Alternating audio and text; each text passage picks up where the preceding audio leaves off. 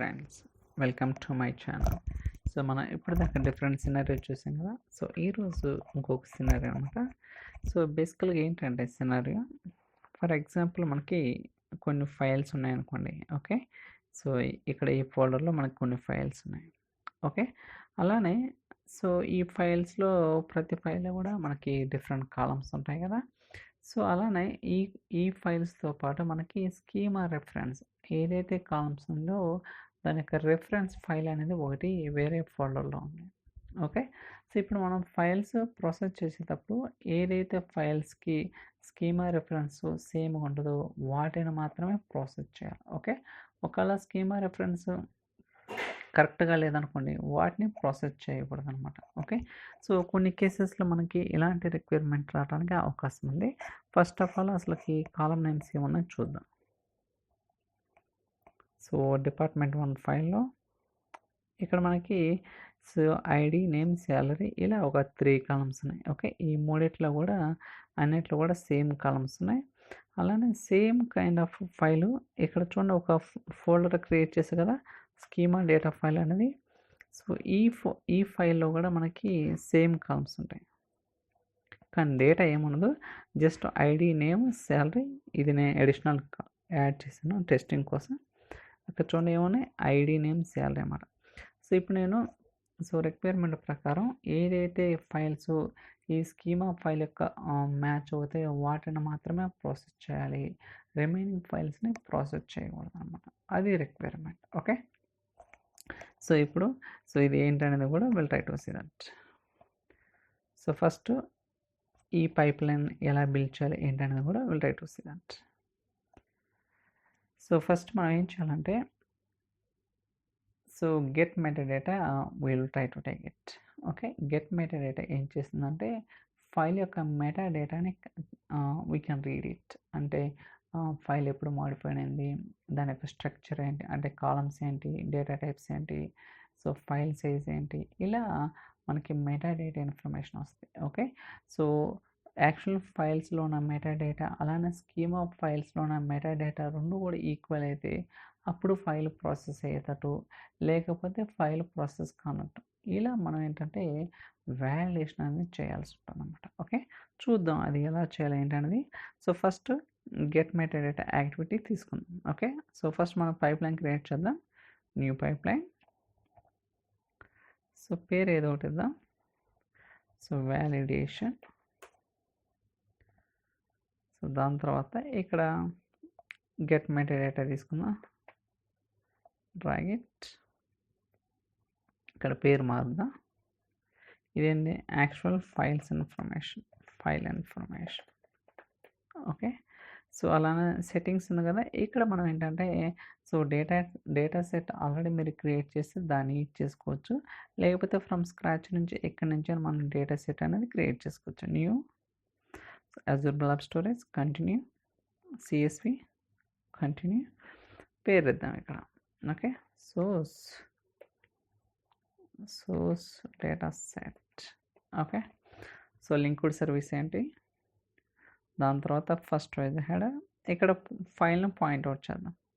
Source data files, text data files, so department. Okay, నేను ఇక్కడ just ఒక ఫైల్ని మాత్రమే పాయింట్అవుట్ చేశాను, బట్ మనం రియాలిటీలో సో 1 ఉండొచ్చు, 10 ఉండొచ్చు అనమాట. అలాంటప్పుడు మనం ఫోల్డర్ని పాయింట్అవుట్ చేయొచ్చు. ఓకే, సో మనకు తెలుసు కదా ఎలా చేయాలి ఏంటి అనేది కూడా. ఓకే, సో ఇక్కడ స్ట్రక్చర్ తీసుకుంటున్నాను.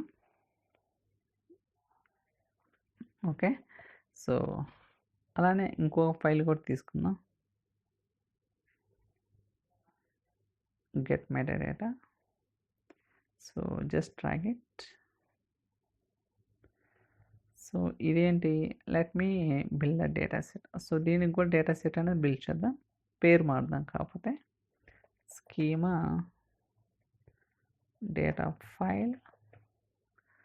ఓకే, సో దాని తర్వాత సెట్టింగ్స్, ఇక్కడ డేటా సెట్ క్రియేట్ చేద్దాం, Azure Blob Storage, continue, CSV, continue.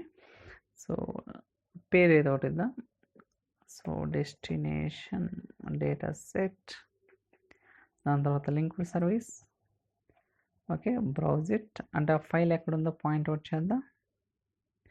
Schema data file, okay, department, okay. So first raise header, so అన్నీ కూడా తీసుకున్నాను.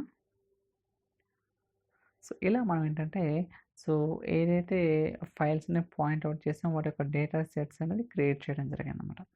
సో ఇప్పుడు ఏం చేస్తానంటే మనం ఇఫ్ కండిషన్ యాక్టివిటీ తీసుకుని ఈ రెండు ఫైల్స్లో ఉన్న సో స్ట్రక్చర్ అని ఈక్వల్ అయితే, ఓకే, ఏదైతే ఈ రెండు తీసుకున్నాం గెట్ మెటాడేటా యాక్టివిటీస్ వాటి యొక్క స్ట్రక్చర్ అనేది సేమ్ అయితే అప్పుడు మాత్రమే మనకి ఫైల్స్ అనేది ప్రాసెస్ అవ్వాలి, లేకపోతే ఫైల్స్ ప్రాసెస్ అవ్వదు. ఓకే, సో ఫస్ట్ మనం ఇఫ్ డేటా యాక్టివిటీ తీసుకుందాం. బట్ బిఫోర్ దట్ మనకి ఇక్కడ ఫీల్డ్ లిస్ట్లో యాడ్ చేయాలి కదా, ఏదో ఒకటి యాడ్ చేద్దాం. స్ట్రక్చర్ తీసుకుంటాను ఎందుకంటే మనం కంపారిజన్ చేస్తున్నాం కాబట్టి. అలానే ఇఫ్ కండిషన్ తీసుకున్నాం. If condition drag it, okay. So పేరు కూడా మారుతాం, కండిషన్ చెక్. సో దాని తర్వాత ఇక్కడ మనం ఎక్స్ప్రెషన్ ఇవ్వాల్సి ఉంటుంది. ఓకే, ఎక్స్ప్రెషన్ అంటే ఏం లేదనమాట. సో ఒక ఎక్స్ప్రెషన్ నథింగ్ బట్ కండిషన్.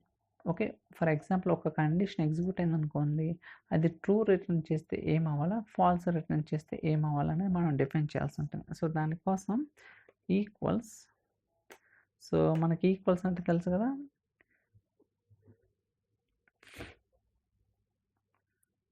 చూడండి ఇక్కడ పారామీటర్స్ ఉన్నాయి కదా,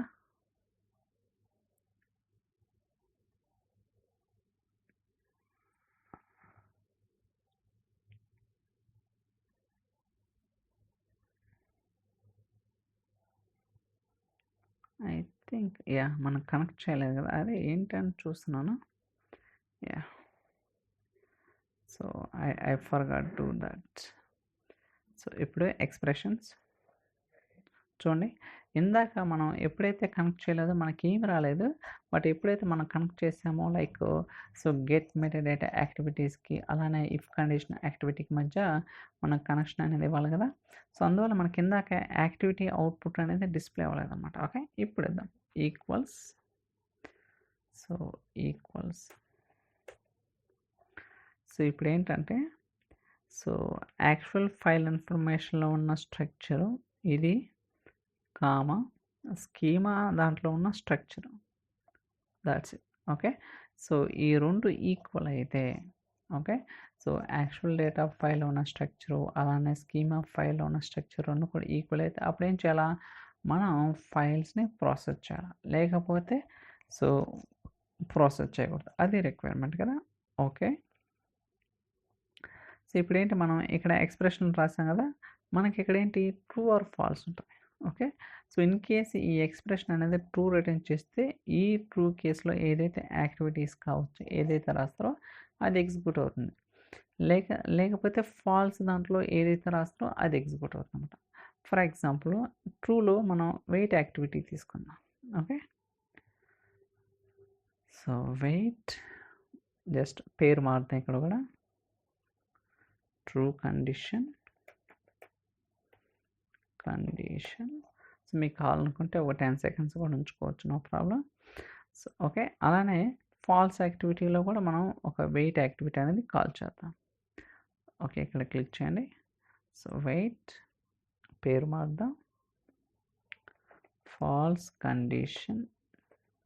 ఓకే, సో ఇక్కడ కూడా ఒక 10 సెకండ్స్, దాట్స్ ఇట్. సో ఇదేంటిది సింగిల్ ఫైల్ కాబట్టి ఇలా చేసాం. జస్ట్ జనరల్గా ఏంటి మనం వెయిట్ యాక్టివిటీ ఇచ్చాం, కాపీ యాక్టివిటీ ద్వారా మనం ఫైల్స్ని ప్రాసెస్ చేస్తాం. బట్ మనం ఆల్రెడీ కాపీ డేటా యాక్టివిటీ అనేది చాలాసార్లు చూసాం కదా, అందువల్ల దాని గురించి చెప్పడం లేదు మళ్ళీ again and again. So but first scenario అనేది నేను ఎక్స్ప్లెయిన్ చేస్తున్నాను.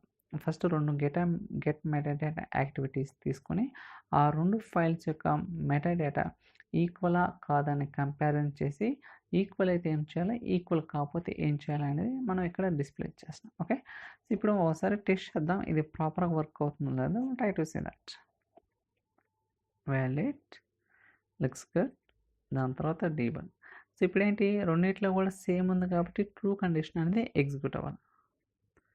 సో లోడ్ అవుతుంది, లెట్స్ వెయిట్. మీకు కావాలనుకుంటే కంటైనర్ అని తీసుకోవచ్చు. చూడండి ఏమొస్తుంది, ట్రూ కండిషన్ ఎగ్జిక్యూట్ అవుతుంది. ఎందుకంటే యాక్చువల్ డేటా ఫైల్లో ఉన్న మెటా డేటా అలానే స్కీమా రెఫరెన్స్లో ఫైల్లో ఉన్న మెటా డేటా రెండు కూడా సేమ్ కాబట్టి మీకు ఇక్కడ ట్రూ కండిషన్ అనేది ఎగ్జిక్యూట్ అయ్యి సక్సెస్ అయింది చూడండి. ఓకే, సో బట్ అలా కాకుండా ఇప్పుడు నేను ఫైల్లో ఉన్న డేటా మారుస్తాను, లేకపోతే స్కీమా ఏదైనా మార్చవచ్చు, నో ప్రాబ్లం. ఎడిట్ ఏదో ఒకటి ఇద్దాం, టెస్ట్ వాల్యూ సంథింగ్ ఏదో ఒకటి, సేవ్. ఇప్పుడు స్కీమా ఫైల్లో ఉన్న మెటా డేటా చేంజ్ అయింది కదా.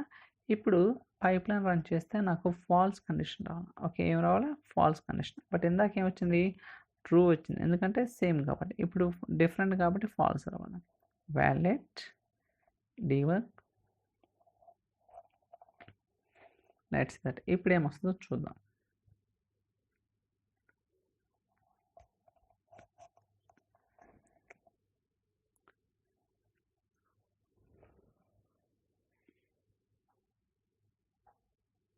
చూడండి ఫాల్స్ వచ్చింది. ఓకే, సో ఎందుకు ఫాల్స్ వచ్చిందంటే రెండిట్లో కూడా స్కీమా అనేది డిఫరెంట్గా ఉంది. ఓకే, ఇలా మనం ఏంటంటే సో రకరకాలుగా టెస్ట్ చేయొచ్చు అనమాట. సో జనరల్గా మనం వెయిట్ యాక్టివిటీ అనేది యూజ్ చేయము, దాని బదులు కాపీ డేటా యాక్టివిటీ అనేది యూజ్ చేస్తాం. ఇదేంటి, సింగిల్ ఫైల్ కాబట్టి. అదే మల్టిపుల్ ఫైల్స్ అనుకోండి, ఫర్ ఈచ్ కంటైనర్ తీసుకొని దాంట్లో గెట్ మెటా డేటా యాక్టివిటీ తీసుకొని మళ్ళీ ఇఫ్ కండిషన్ తీసుకుని అక్కడ కాపీ డేటా యాక్టివిటీ అనేది చేయాల్సి ఉంటుంది అనమాట. ఓకే, సో ఇదేంటంటే జస్ట్ సినారియో అనేది ఎక్స్ప్లెయిన్ చేయడం కోసం చేసా.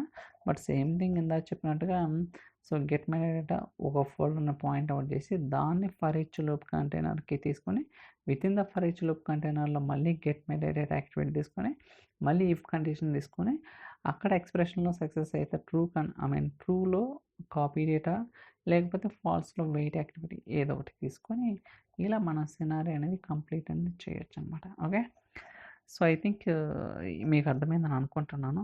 So that's all for today's video. So thank you so much for watching. Will catch in next video. చలో బాయ్.